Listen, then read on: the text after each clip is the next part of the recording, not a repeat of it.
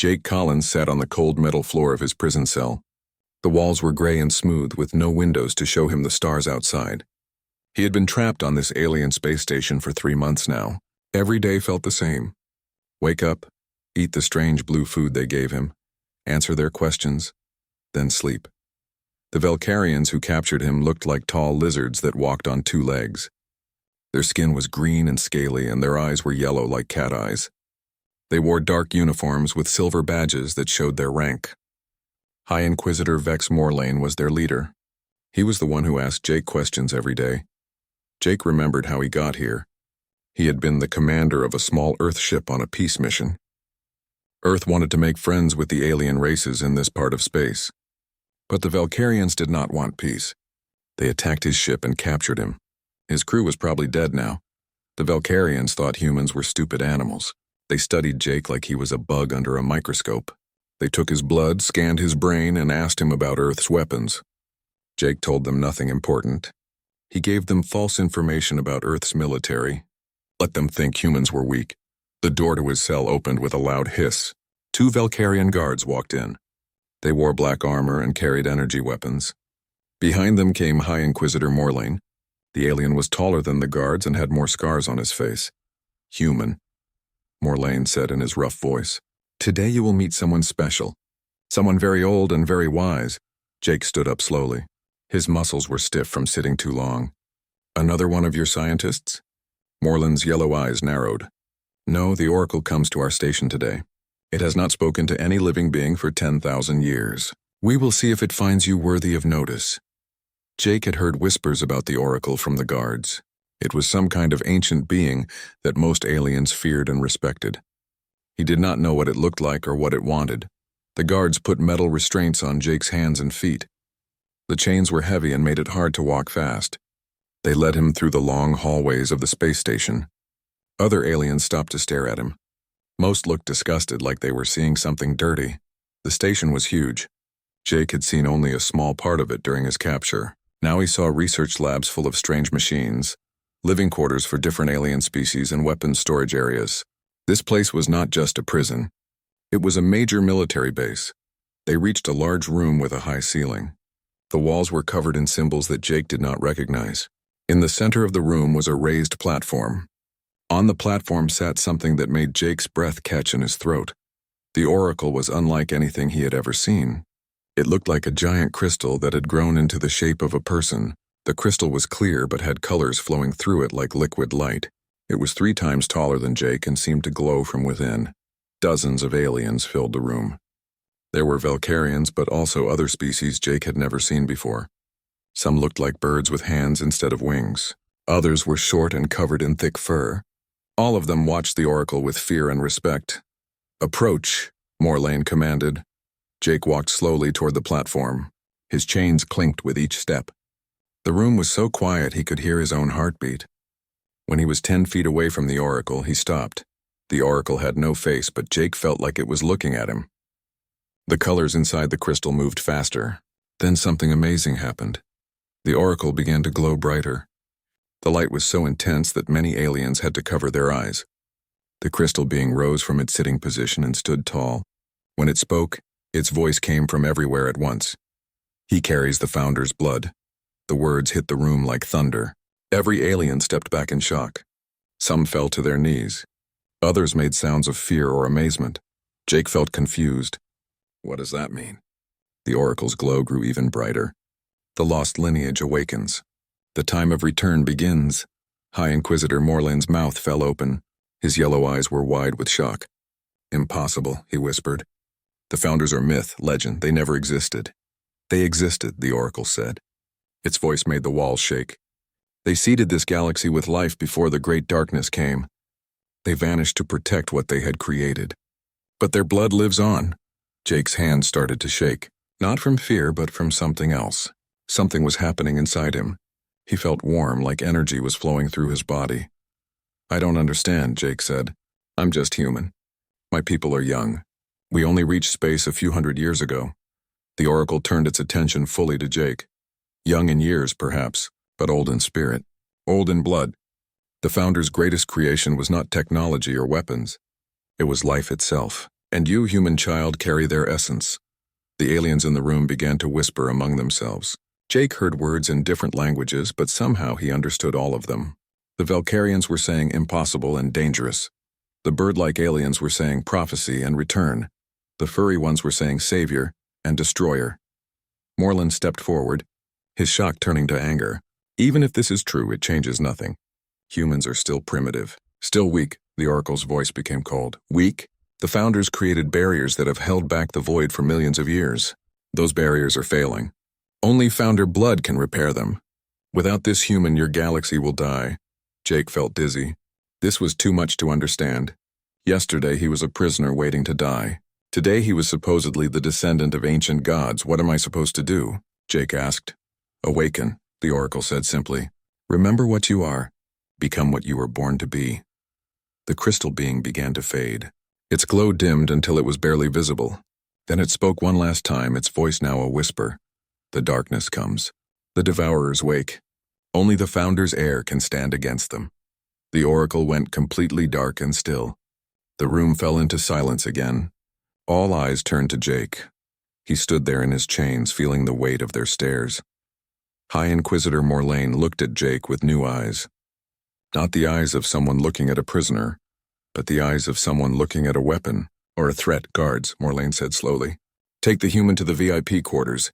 He is no longer a prisoner. Jake felt the chains fall away from his hands and feet, but he knew he was not truly free. Now he was something much more dangerous than a prisoner. He was a mystery that could change the fate of the galaxy. 3 days passed since the oracle's declaration. Jake's new quarters were much better than his cell. He had a real bed, a window showing the stars, and food that actually tasted good. But he was still trapped on the station. The Valkyrians treated him differently now. Instead of guards who hated him, he had scientists who wanted to study him.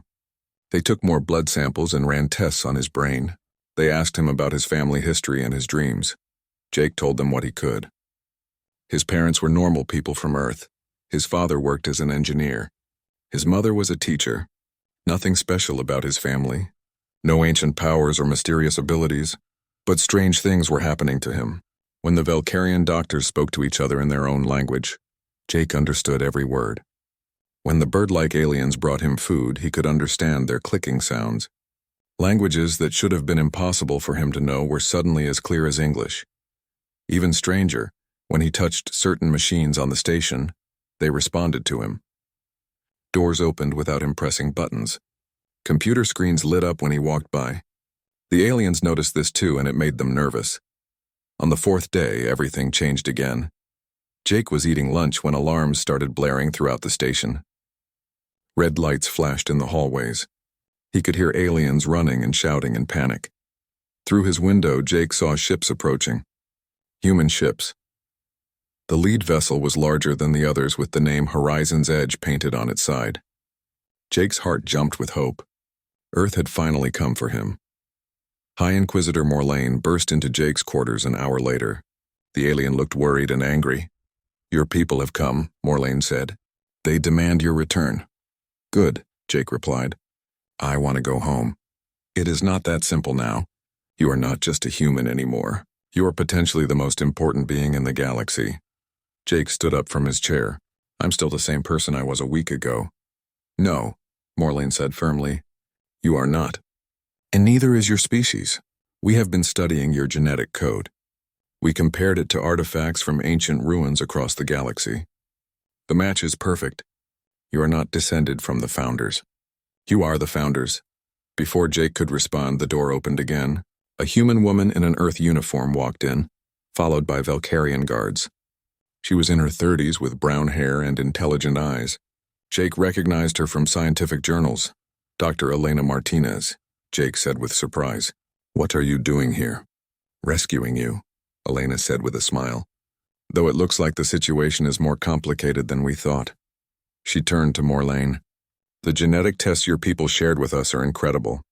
But we need to run our own tests to confirm them. You doubt our science? Morlane asked. I doubt everything until I see proof myself, Elena replied. Over the next 2 days, Elena and her team worked alongside Valkyrian scientists. They took new blood samples from Jake and compared them to founder artifacts that had been collected from ancient sites. The results were the same every time. Jake's DNA contained sequences that matched technology thousands of years old. But more than that, his genetic code showed signs of artificial enhancement. Someone had changed his ancestors long ago, giving them abilities that lay dormant until now. It's like finding a computer program written into your cells, Elena explained to Jake. These genetic changes were made by advanced technology that modern science can barely understand. Jake sat in the station's main lab, surrounded by machines and scientists from different species. Captain Roy Bennett had come aboard with Elena, along with Lieutenant Sam Parker, Jake's old friend from the academy. So what does this mean? Sam asked. Jake's some kind of alien hybrid? No, Elena said. The opposite. Humans aren't descended from aliens. We're descended from the original inhabitants of this galaxy. The founders didn't vanish completely. Some of them survived by hiding on a distant planet. Earth, Jake said quietly. Earth, Elena confirmed. Your planet was a refuge, a place where the last founders could live safely while the galaxy forgot about them. Captain Bennett leaned forward. But why hide? If the founders were so powerful, why not rebuild their civilization? A new voice answered from across the room. Because they were afraid. Everyone turned to see Ambassador Zara Kent walking toward them. She was from the Atheon Republic, a peaceful alliance of species known for their wisdom. She looked almost human, but her skin was pale blue and her eyes were silver. The Atheon have kept some ancient records, Zara continued. The founders didn't just rule the galaxy. They fought something terrible. Something from outside our reality. Moreland's yellow eyes narrowed. You speak of old stories, myths. I speak of facts, Zara replied firmly. The founders sacrificed themselves to build barriers against creatures of pure destruction. Entities that exist only to consume and destroy. The barriers have held for millions of years, but they are weakening. Jake felt a chill run down his spine. The Oracle mentioned something about darkness and devourers. Zara nodded. The Oracle is one of the few beings old enough to remember the truth. The Void Devourers are real, and they are coming. Elena looked at the genetic data on her computer screen. If this is true, then Jake's awakening abilities aren't random. They're a response to a threat. As if summoned by her words, Jake suddenly felt dizzy. The room spun around him, and for a moment he was somewhere else entirely. He stood on a world covered in crystal cities that reached toward the sky. Beings of light moved between the buildings, tending to gardens that bloomed with colors he had no names for. In the distance, massive machines worked to hold back a wall of absolute darkness. The vision lasted only seconds, but it felt real. When Jake's sight cleared, everyone in the lab was staring at him. What did you see? Elena asked gently. A city, a world, and something trying to break through a barrier. Zara stepped closer. The genetic memories are surfacing. Your founder heritage is awakening.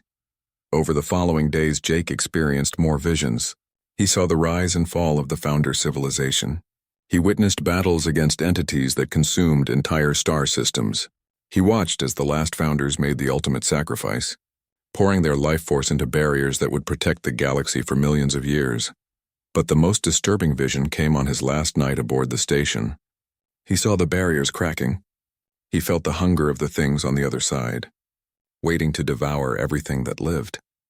Elena found him sitting by his window, staring out at the stars. You look troubled, she said.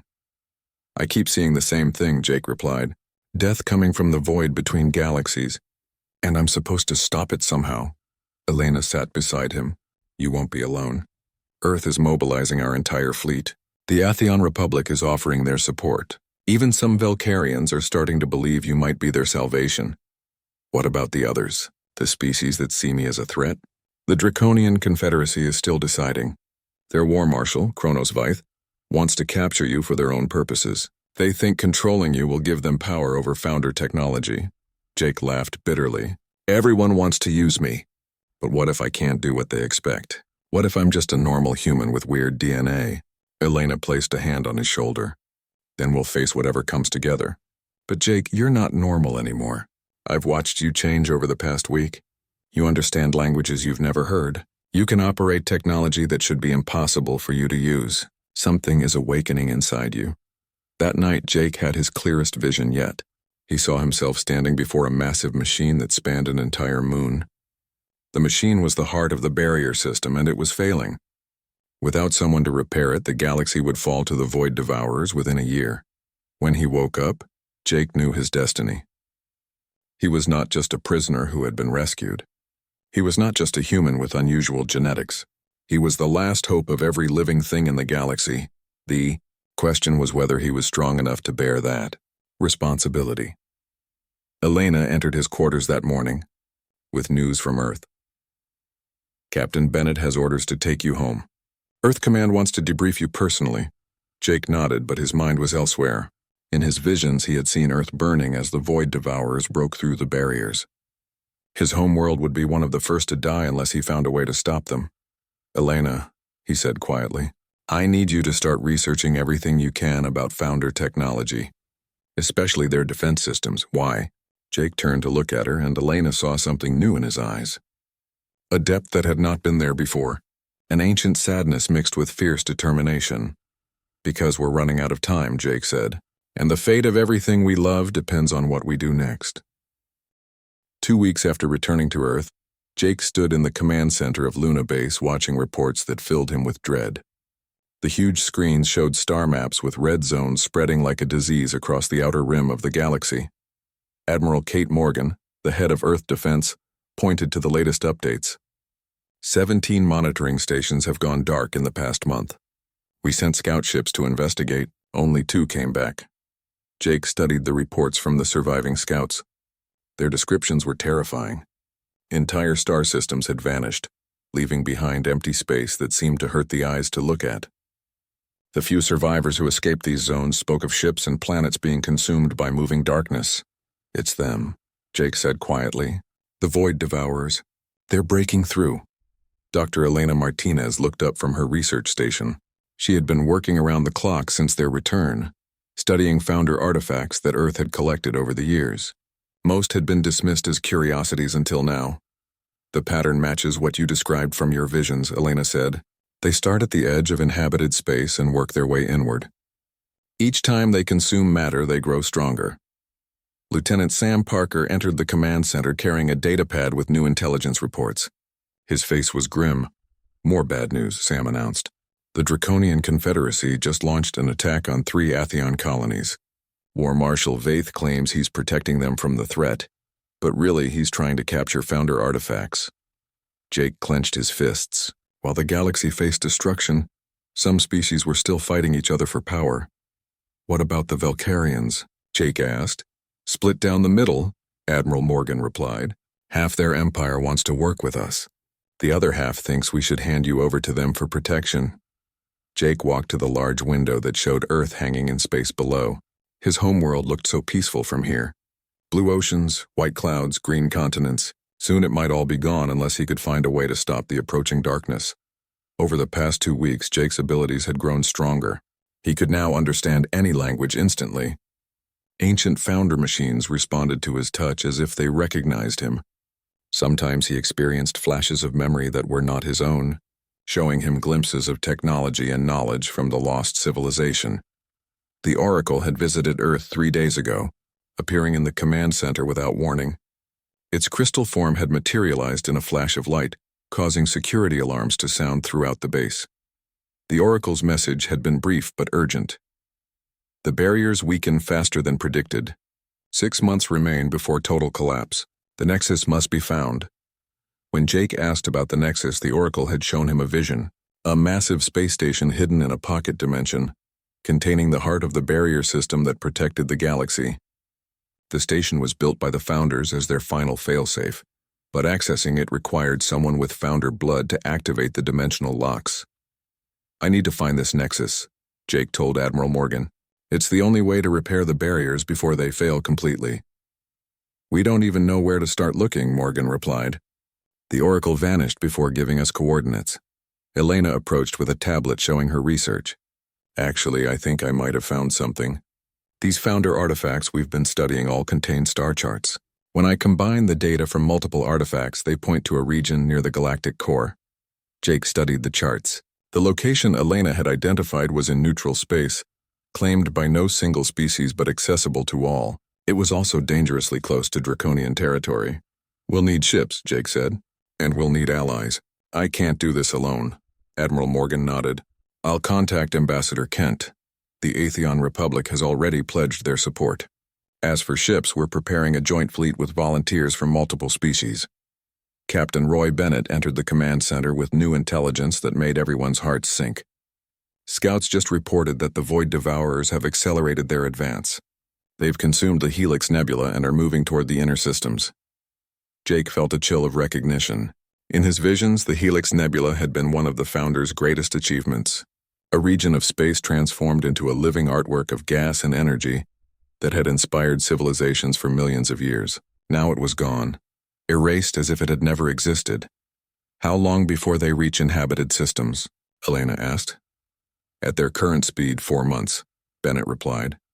Jake closed his eyes and reached out with his growing abilities, trying to sense the approaching threat. What he felt made him stagger backward. The Void Devourers were not just destroying matter and energy, they were unraveling the fabric of space and time itself. Where they passed, reality became unstable. "We need to leave for the Nexus immediately," Jake said urgently. "Every day we wait makes the barriers weaker." But before anyone could respond, alarms began blaring throughout the base. The defense screens lit up with warnings of incoming ships. "Draconian fleet detected," the computer announced. "Estimated arrival in 20 minutes. War Marshal Kronos Vyth had finally made his move. His fleet of black warships dropped out of hyperspace near Earth, demanding that Jake surrender himself to Draconian protection. Admiral Morgan opened communications with the approaching fleet. Vyth's image appeared on the main screen. The Draconian leader looked like a cross between a dragon and a humanoid warrior. His scales were dark red and his eyes burned with ambition. "Admiral Morgan," Vyth said in his deep voice, "I come to collect the Founder heir. He will be safer under our protection than on your primitive world." "Jake Collins is under Earth's protection," Morgan replied firmly. "We will not surrender him to anyone." Vyth's expression grew angry. "Your species is young and weak. You cannot protect something so valuable. Give us the human and we will spare your world." Jake stepped forward, facing the screen directly. "I'm right here, Vyth. If you want me, come and take me." The Draconian leader studied Jake with calculating eyes. "So you are the one who carries ancient blood. You look ordinary for someone destined to rule the galaxy." "I don't want to rule anything," Jake replied. "I want to save it. The Void Devourers will destroy your empire just as easily as they'll destroy Earth. We need to work together." Vyth laughed harshly. "The strong survive by taking what they need. The Founder technology belongs to those who can use it properly." The communication ended, and the Draconian fleet began moving toward Earth. Admiral Morgan immediately activated the planet's defense systems. Orbital platforms powered up their weapons, and Earth's fleet moved to intercept the invaders. Jake felt torn between staying to help defend his world and leaving to find the Nexus. Every moment of delay brought the galaxy closer to destruction, but he could not abandon Earth when it faced attack. Elena made the decision for him. "Jake, you have to go. Take the fastest ship we have and head for the coordinates I found. The rest of us will handle Vyth." "I won't leave you to face this alone," Jake protested. "You're not leaving us," Sam said, joining the conversation. "You're saving us, all of us. The entire galaxy." Admiral Morgan sealed the debate. "Dr. Martinez is right. We can handle one Draconian fleet, but only you can stop the Void Devourers." Jake looked around the command center at the people he cared about. Elena, who had become his closest ally and friend. Sam, who had stood by him through everything. Admiral Morgan, who had taken a chance on an unknown prisoner. Captain Bennett, who had risked his career to rescue him. "I'll need a ship and a crew," Jake said finally. "Already prepared," Bennett replied. "The exploration vessel Swift Arrow is fueled and ready. I've assembled a volunteer crew from multiple species." Jake spent his last few minutes on Earth saying goodbye to Elena. She handed him a datapad containing all her research on Founder technology. "Be careful out there," she said. "The Nexus is probably protected by automated defenses, and if the Draconians figure out where you're going, they'll follow." "What if I can't do this?" Jake asked. "What if I'm not strong enough to operate Founder technology?" Elena smiled and placed her hand on his cheek. "Then you'll figure out another way. That's what humans do. We adapt, we survive. We find solutions that no one else can see." As Jake prepared to leave Earth, he took one last look at his homeworld.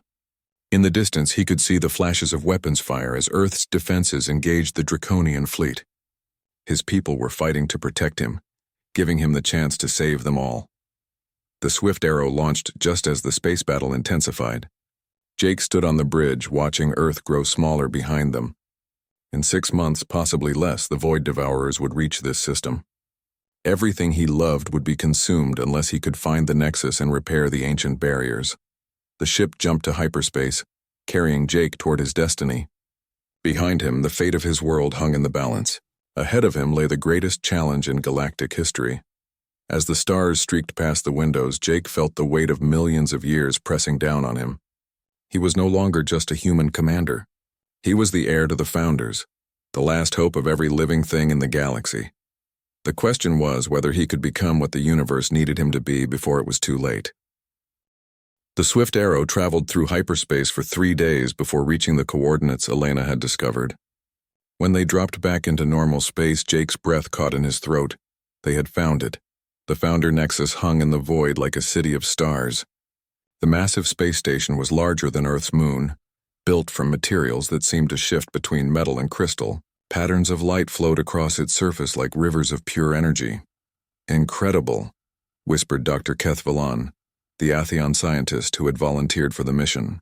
"The power readings are off our instrument scale." Jake stood on the bridge, feeling something deep inside him respond to the station. His Founder heritage recognized this place. Memories that were not his own showed him glimpses of the Nexus being built. Countless workers pouring their knowledge and skill into humanity's last hope. But as they approached the station, Jake realized they were not alone. Ships from multiple species had gathered in the area. Some flew the flags of allies, others belonged to enemies. Commander Lisa Wright, the Swift Arrow's captain, pointed to the scanner readings. "I count Atheon ships, Valkyrian cruisers, and a Draconian battle group. Looks like everyone wants to be here when you activate this thing." Jake studied the gathered fleets. The Atheon ships maintained a respectful distance, their blue hulls gleaming in the light from the Nexus. The Valkyrian vessels hung back uncertainly, as if their crews could not decide whether to help or hinder. But the Draconian ships moved aggressively forward, their weapons powered and ready. "Incoming message from the Draconian flagship," reported the communications officer. War Marshal Vaith's face appeared on the main screen. The scaled warrior looked pleased with himself. "So human, you have led us to the source of Founder power. How thoughtful of you." "This isn't about power, Vaith," Jake replied. "It's about survival. The Void Devourers will destroy your empire along with everyone else." "Perhaps," Vaith said with a cold smile, "but whoever controls the Nexus will rule what remains. Surrender now and I will make your death quick." The transmission ended, and the Draconian ships began moving toward the Swift Arrow. But before they could attack, new ships dropped out of hyperspace. Ambassador Zara Kent's voice came over the radio. "This is the Atheon vessel Peaceful Dawn. We claim protection rights over the Founder heir under ancient galactic law." More ships appeared. A mixed fleet of vessels from species across the galaxy, all flying banners of the newly formed Coalition for Galactic Defense. The Coalition had been Elena's idea, an alliance of worlds willing to work together against the Void Devourer threat. War Marshal Vaith found his small battle group suddenly outnumbered 3-1. Even so, he did not back down. "You protect a weapon that could destroy us all," Vaith broadcast to the entire fleet. "The human must be controlled by those strong enough to handle such power."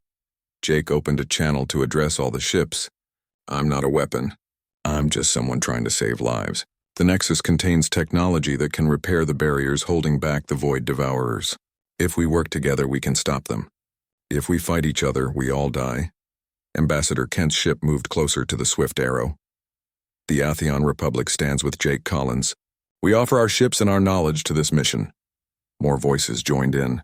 Captain Grix Morton of the Valkyrian cruiser Iron Scale spoke next. "The Valkyrian Empire is divided, but my crew believes in the humans' mission. We will help." Ship after ship declared their support. Species that had been enemies for centuries agreed to work together.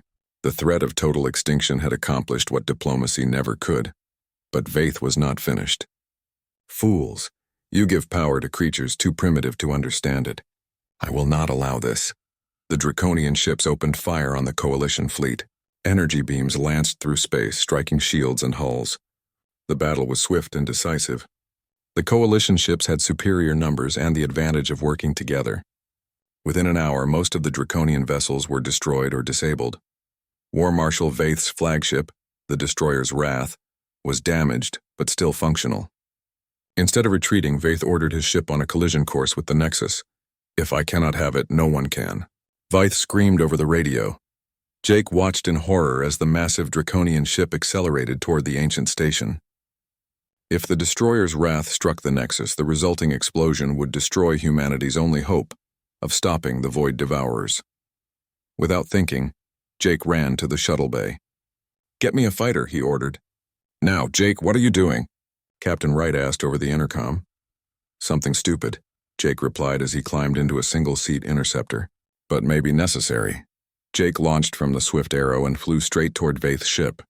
His founder abilities guided him through the chaos of space debris and weapons fire. As he approached the destroyer's Wrath, Jake felt his heritage awakening more fully than ever before.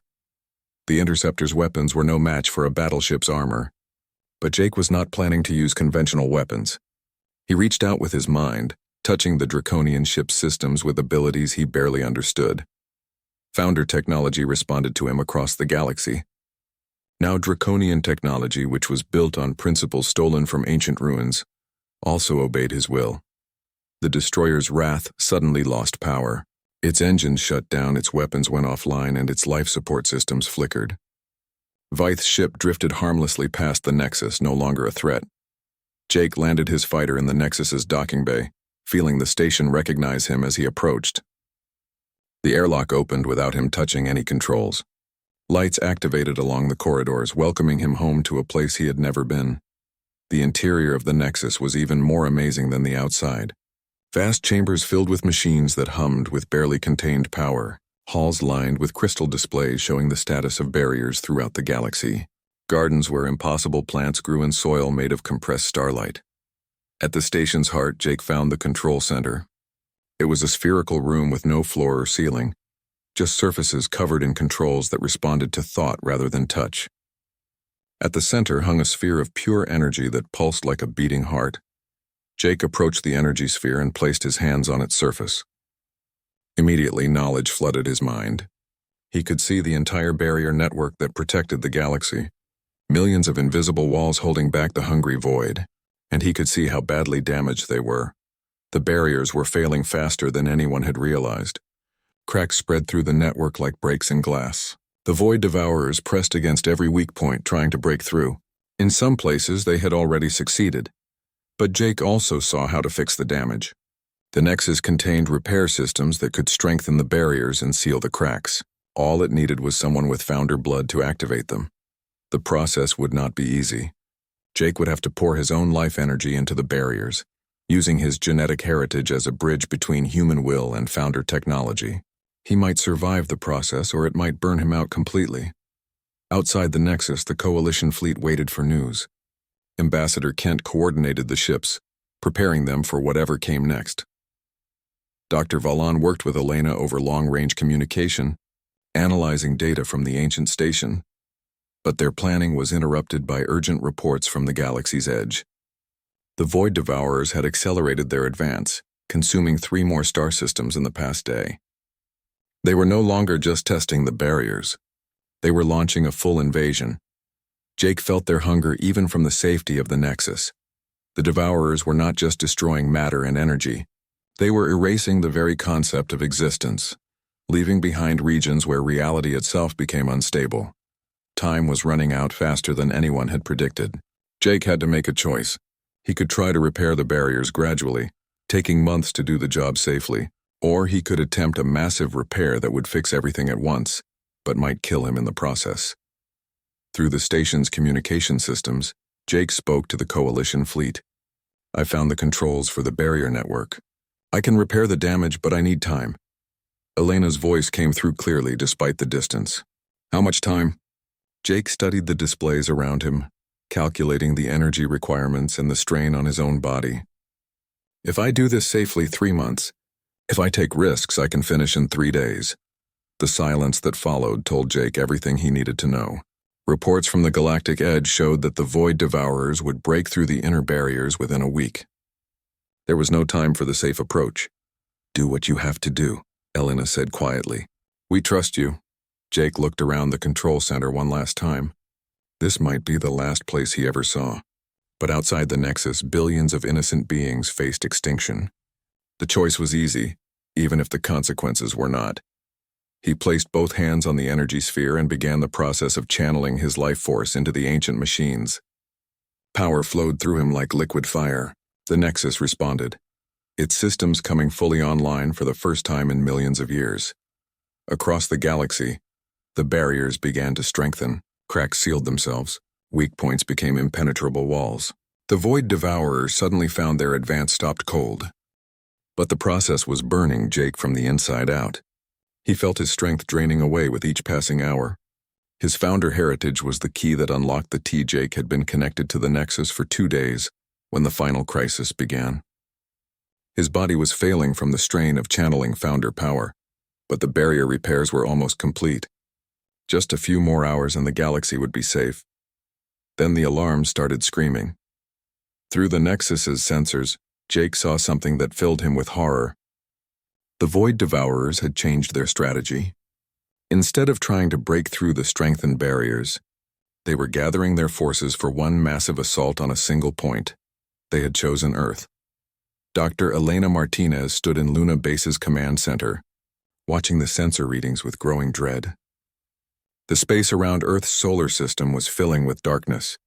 Not the normal darkness of empty space, but something worse, a hungry void that consumed light itself. "How long until they reach us?" Admiral Morgan asked. 6 hours, Captain Bennett replied grimly. "Maybe less." Elena opened a communication channel to the Nexus, knowing that Jake was pushing himself beyond safe limits. His image appeared on the screen, and she gasped at what she saw. His face was pale and drawn, with lines of exhaustion around his eyes. But his voice was still strong. "Elena, I can see what's happening. The Devourers are making their final push." "Can you stop them?" Elena asked. Jake hesitated before answering. "The barriers are almost repaired, but the Devourers have concentrated their entire force. They're going to try to break through at Earth and spread from there." Admiral Morgan leaned forward. "What do you need from us?" "Buy me time," Jake said. "I need 3 more hours to complete the repairs. Then I can activate the final protocol." "What final protocol?" Elena asked with concern. Jake's expression grew serious. "The Founders built a last resort into the system. If the barriers ever face total collapse, the Nexus could create a permanent seal. But it requires—" He stopped, unable to finish the sentence. Elena understood. "It requires your life, doesn't it?" Jake nodded slowly. "A Founder must become part of the barrier system. It's the only way to make the seal permanent." "No," Elena said firmly. "There has to be another way." "There isn't," Jake replied sadly. "But Elena, if this works, the galaxy will be safe forever. No more Void Devourers, no more barriers failing. Your children and their children will grow up in a universe where this threat never exists." Before Elena could argue further, new alarms sounded throughout Luna Base. The Void Devourers had arrived at the edge of the solar system. Admiral Morgan assembled every ship Earth could spare. The defense fleet was small compared to what was coming, but they would fight to the end. Ships from the Coalition also arrived to help, led by Ambassador Kent and the survivors of the battle at the Nexus. "Captain," Wright brought the swift arrow back to Earth's defense. Dr. Vallon worked frantically with Elena to understand Founder technology that might give them an edge. Even some Velcarians arrived, their ships battered but determined to stand with humanity. The first wave of Void Devourers reached Pluto's orbit and began consuming the dwarf planet. Jake watched through the Nexus's sensors as the small world simply vanished, leaving behind empty space that hurt to perceive. The Coalition fleet engaged the Devourers near Neptune, but their weapons barely slowed the entities down. Energy beams and missiles passed through the creatures like they were made of shadow. Only a few experimental weapons based on Founder technology had any effect at all. Lieutenant Sam Parker commanded one of Earth's destroyers in the desperate battle. His ship, the Defiant Spirit, fought alongside Atheon cruisers and Velcarian battleships. Species that had been enemies just months ago now died together defending humanity's home. "All ships, concentrate fire on the lead Devourer," Admiral Morgan ordered over the fleet communication channel. The combined firepower of dozens of ships struck a single entity. For a moment it seemed to falter. Then it resumed its advance, apparently unharmed. Jake felt every ship that was destroyed, every life that was lost. Through his connection to the Nexus, he experienced the battle as if he were there. The pain of watching his friends die nearly broke his concentration, but he forced himself to continue the repairs.